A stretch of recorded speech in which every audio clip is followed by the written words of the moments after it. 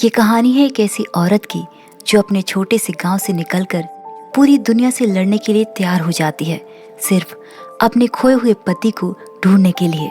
क्या उसे अपना पति मिलेगा या फिर इस सफर में उसके साथ बहुत गलत होगा। कहानी की शुरुआत होती है हिमाचल की पहाड़ियों में बसे एक छोटे से गांव से। ये गांव चाइना बॉर्डर के बहुत करीब था।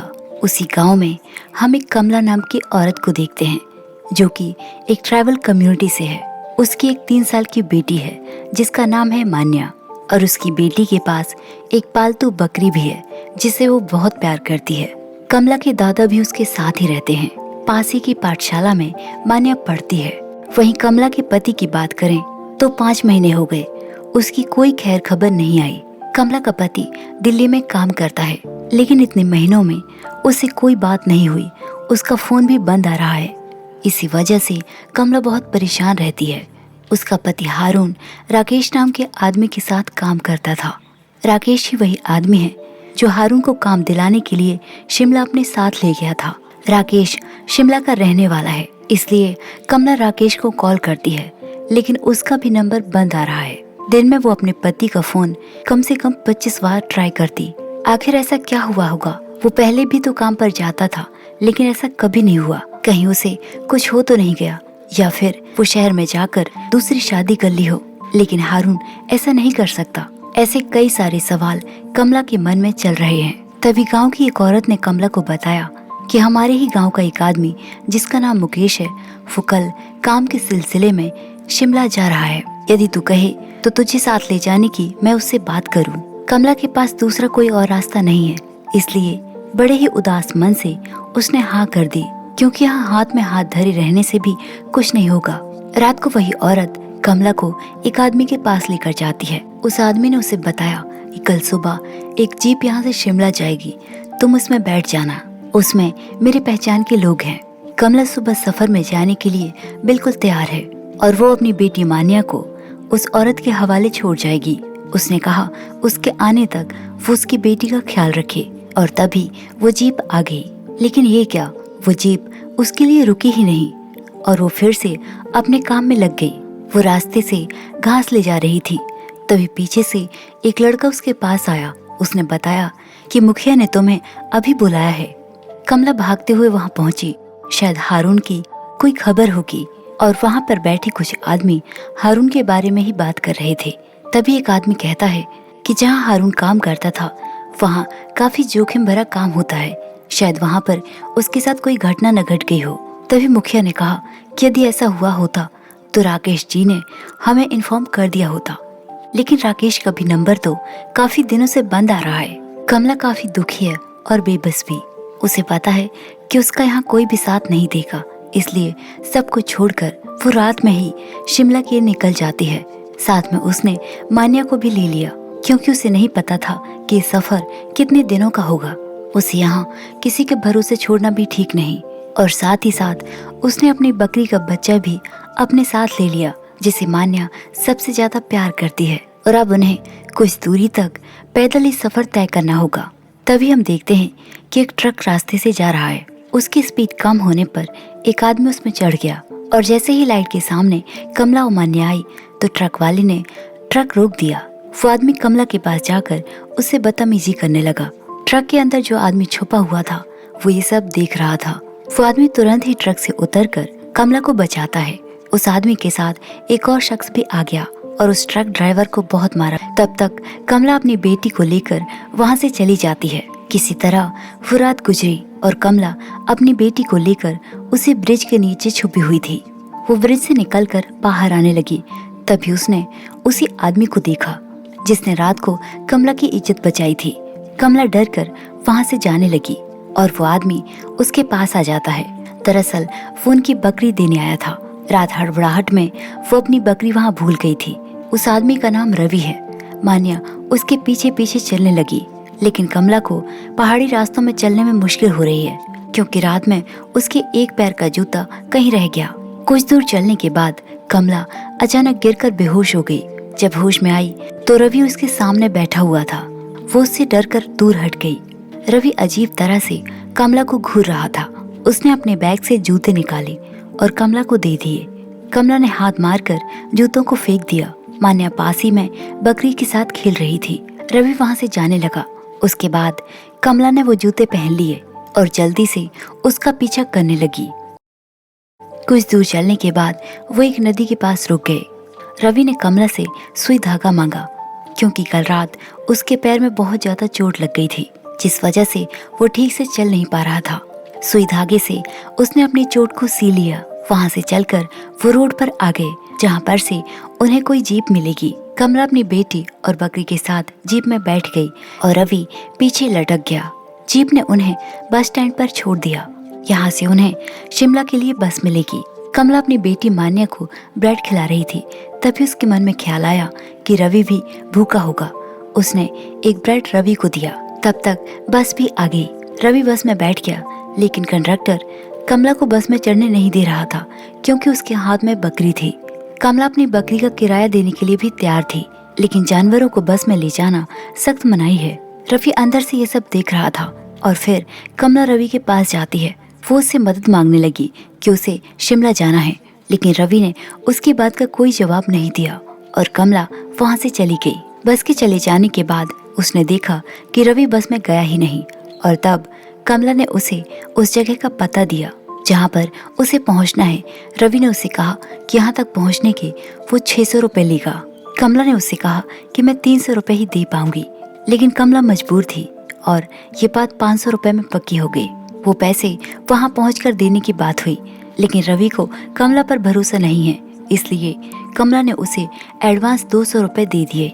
लेकिन कमला को रवि पर इतना भी भरोसा नहीं है। उसे डर है कहीं रवि अपनी बात से मुकर न जाए। और तभी दूसरी बस भी आ गई और कमला और मान्या को लेकर शिमला के लिए निकल गए। बस एक चेक पोस्ट पर आकर रुक गई, लेकिन रवि के मन में एक डर था क्योंकि उसके पास कोई दस्तावेज नहीं थे। उसने मान्या को अपनी गोद में बैठा लिया और कमला को भी पास में बैठने को कहा ताकि वो पति पत्नी लगे। ऑफिसर आया और उन्हें देखकर चला गया और फिर आखिरकार वो एक लंबे सफर के बाद शिमला पहुंच गए। कमला को उसी पते पर पहुंचना था, लेकिन रवि बाकी के पैसे मांगने लगा। कमला ने उसे कहा कि वो उस पते पर पहुंचकर उसे पैसे दे देगी और फिर वो उस पते पर पहुंच गए।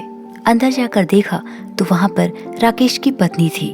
उसने बताया कि उसका पति राकेश 3 दिनों से बाहर है। कमला ने उससे पूछा कि वो कब वापस आएंगे, लेकिन इसका उसने कोई जवाब नहीं दिया।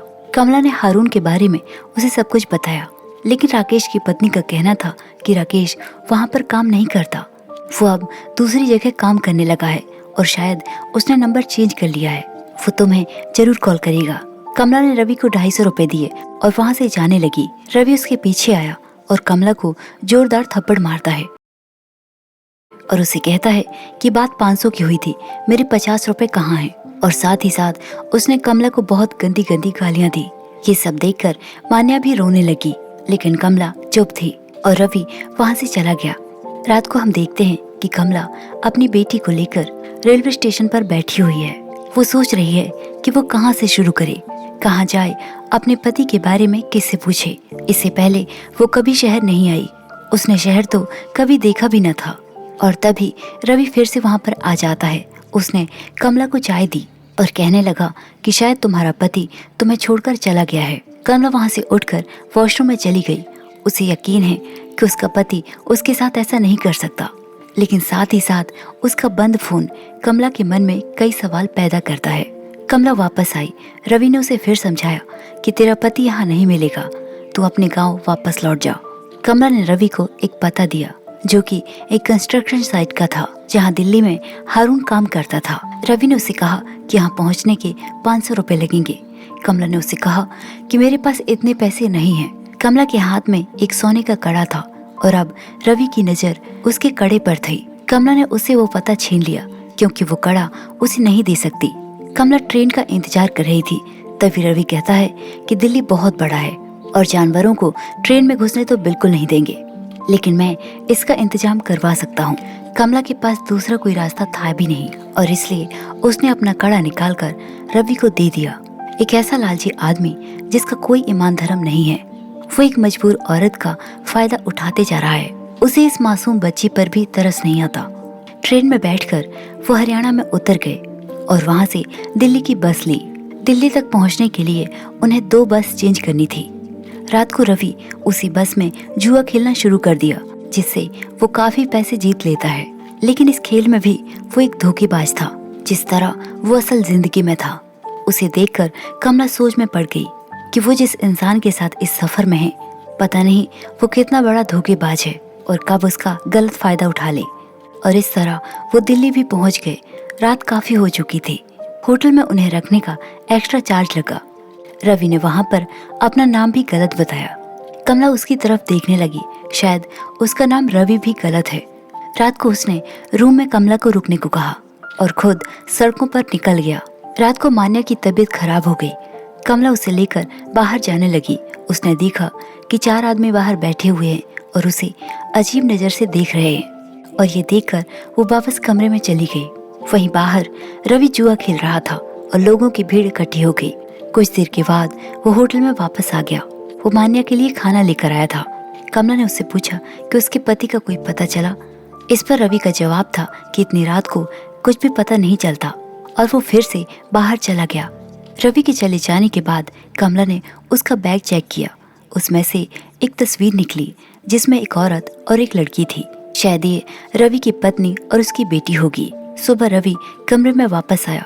कमला ने उसे कहा कि वो इस पते पर खुद चला जाए, क्योंकि आज मान्या बहुत बीमार है और वो उसे लेकर नहीं जा सकती। उसकी बात मानकर रवि वहाँ से चला गया। कुछ देर के बाद होटल वाला कमला के पास आया। उसने कहा कि शाम को कमरा खाली कर देना और बाकी के पैसे जमा करवा देना। वहाँ रवि उस पते के बारे में सबसे पूछ रहा है, लेकिन किसी ने भी उसे अच्छी तरह से नहीं बताया और वो परेशान होकर एक जगह पर बैठ गया। वहाँ शाम को होटल का मालिक आया और उसने कमरा खाली करने के लिए कहा और साथ ही साथ उसने बाकी पैसे मांगे। उसने कमरे से उन्हें निकाल दिया और पैसे ना देने पर उनकी बकरी भी रख ली। कुछ देर के बाद रवि वापस होटल आया। उसे पता चला कि उन दोनों को होटल से निकाल दिया गया था।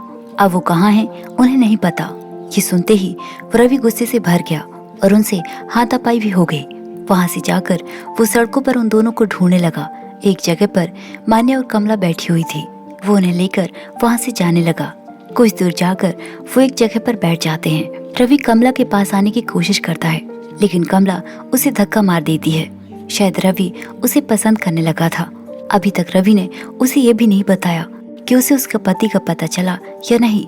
सुबह रवि ने मान्या से कहा कि वो उसके लिए नई बकरी ला देगा और साथ ही कमला से कहा कि वो जल्द ही उसके पति को ढूंढ लेगा। बहुत बड़ा शहर है, थोड़ा वक्त लगेगा। कमला की खामोशी बता रही थी वो कितने दर्द में है। सुबह रवि कहीं गया हुआ था और वो अपने पति का फोन फिर से ट्राई करती है। आज कितने दिन बाद उसने अपने पति का फोन ट्राई किया था, लेकिन आज रिंग जा रही थी और वो फोन आसपास ही बज रहा था। उसने देखा कि वो आवाज रवि के बैग से आ रही है। उसने बैग खोल कर देखा। बैग के अंदर उसके पति का फोन, उसकी घड़ी और साथ ही साथ उसका पर्स भी था। पर्स के अंदर कमला और मान्या की तस्वीर थी। ये देखकर कमला जोर जोर से रोने लगी। वो अंदर से टूट चुकी थी। कुछ दिन के बाद हम रवि को कंस्ट्रक्शन साइट पर काम करते हुए देखते हैं। वहीं दूसरा सीन कमला के गांव का, जहां ठंडी हवाएं चल रही हैं और कहानी इसी सीन के साथ खत्म हो जाती है। दोस्तों, इस मूवी का एंड साफ नहीं दिखाया गया। कभी कभी डायरेक्टर एंडिंग ऑडियंस पर छोड़ देते हैं। हमने देखा कि जब रवि कमला के पति का पता लेकर कंस्ट्रक्शन साइट पर पहुंचा तो उसे पता चला कि काम करते वक्त एक आदमी की मौत हो गई है और उस आदमी का सामान रवि को दे दिया। रवि ने वो सामान अपने बैग में रख लिया। जब कमला ने अपने पति को फोन किया तो उसका फोन रवि की बैग में बजा। रवि ने सोचा था कि उसके पति की मौत की खबर वो बाद में देगा, वो सही वक्त आने पर बताएगा, लेकिन उससे पहले कमला को पता चल गया और वो रवि से मिले बिना अपने गांव वापस लौट गई। ये कहानी महिला संघर्ष, प्रवासी मजदूरों की सच्चाई और गरीबी में मजबूरी को बहुत सादगी से दिखाती है। दोस्तों, ये मूवी ऑस्कर नॉमिनेटेड है और इसी के साथ ये कहानी यहीं पर खत्म हो जाती है। तो दोस्तों, ये थी हमारी आज की कहानी। ये कहानी आपको कैसी लगी कमेंट करके जरूर बताइए और ऐसी ही कहानियों के लिए हमारे चैनल को सब्सक्राइब कीजिए। Thanks for watching.